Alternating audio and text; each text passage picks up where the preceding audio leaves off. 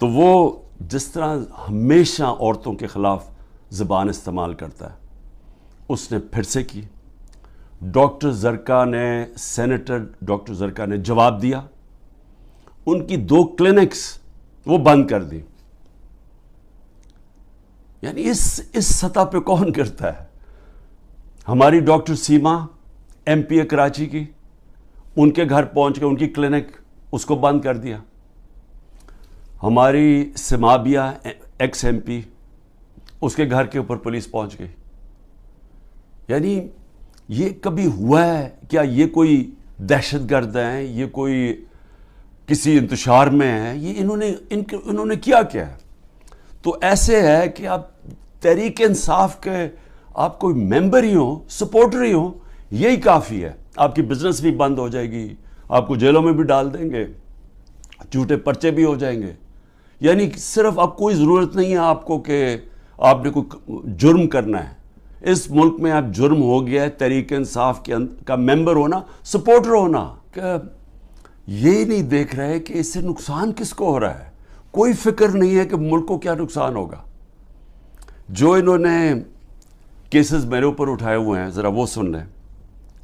سب سے جو قوم کے سامنے، کیونکہ اللہ الحق ہے، میرا ایمان ہے، ایمان ہی ہے، تو میں یہ سارے ایک طرف کھڑے ہو گئے ہیں، اسٹیبلشمنٹ ساتھ کھڑی ہو گئی ہے، اکیلا ان کا مقابلہ کر رہا ہوں. صرف توحید پہ، لا الہ الا اللہ پہ، ایمان اللہ پہ ہے.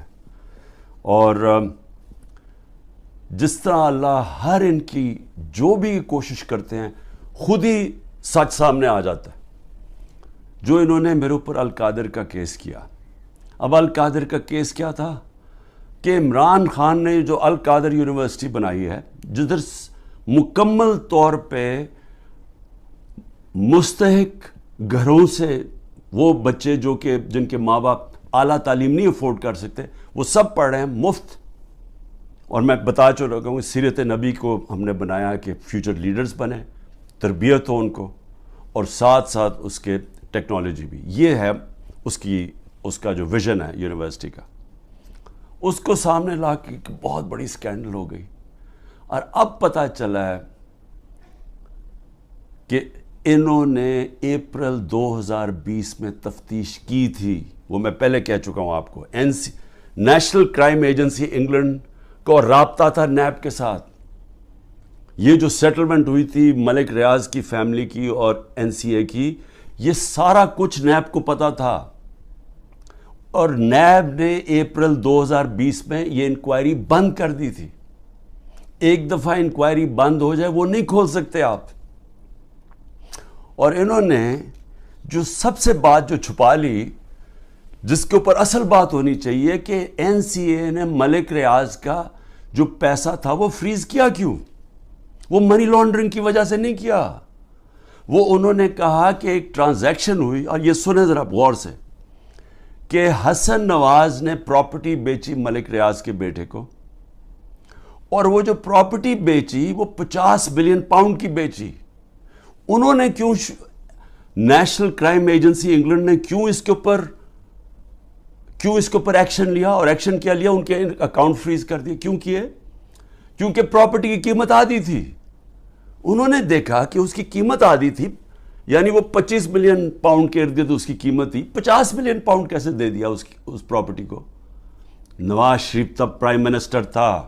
یہ 2000 جب ہوا، یہ 16-17 میں جب پرائم منسٹر تھا، تو پرائم منسٹر نے اس وقت اپنا زور لگا کے وہ دگنی قیمت کے اوپر پراپرٹی ملک ریاض کو بیچی. یہ پہلے تو یہ بتائیں پیسہ کدھر سے آیا؟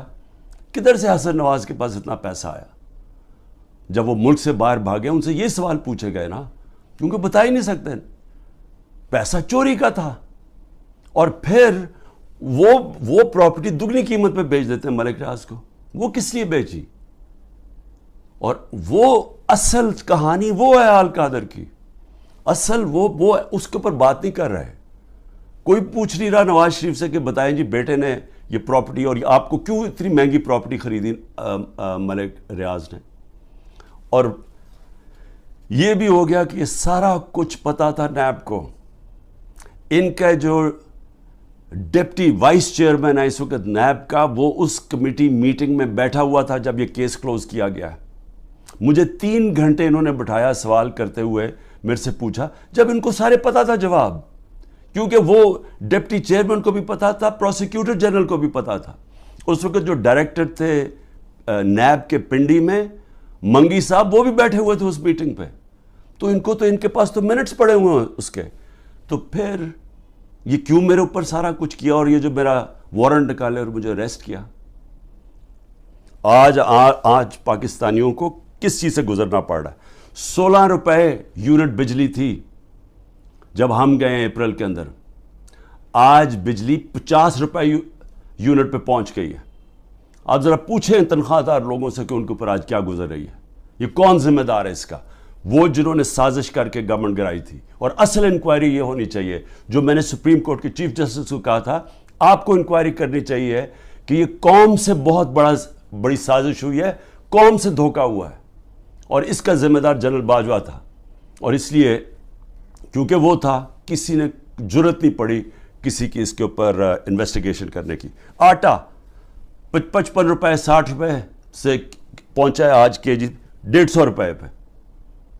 سوچیں کہ یہ عام آدمی کی خوراک ہے آٹا. اس کے بعد چاول دگنی قیمت ہوگی جو چاول تھے. چینی، ہمارے دور میں بڑا شور مچا چینی چور. ہم نے انکوائری کروائی، چینی کی قیمت 80 روپے تھی، آج چینی 160 روپے پہ پہنچ گئی ہے. سارے جو بڑے بڑے شوگر مل مافیا ہیں وہ سارے بیٹھے ہوئے ہیں آج گورنمنٹ کے اندر. اور پھر یہ دودھ بڑا ضروری ہے کیونکہ بچوں کے لیے بہت ضروری ہے. 150 روپے لیٹر سے گیا 230 روپے لیٹر پہ. اور دال جو عام آدمی کھاتا ہے 310 روپے سے 520 روپے پہ گئی ہے. 310 روپے کے جی سے 520 روپے کے جی پہ دال گئی ہے. یہ عام لوگوں کے کھانے کی چیزیں ہیں.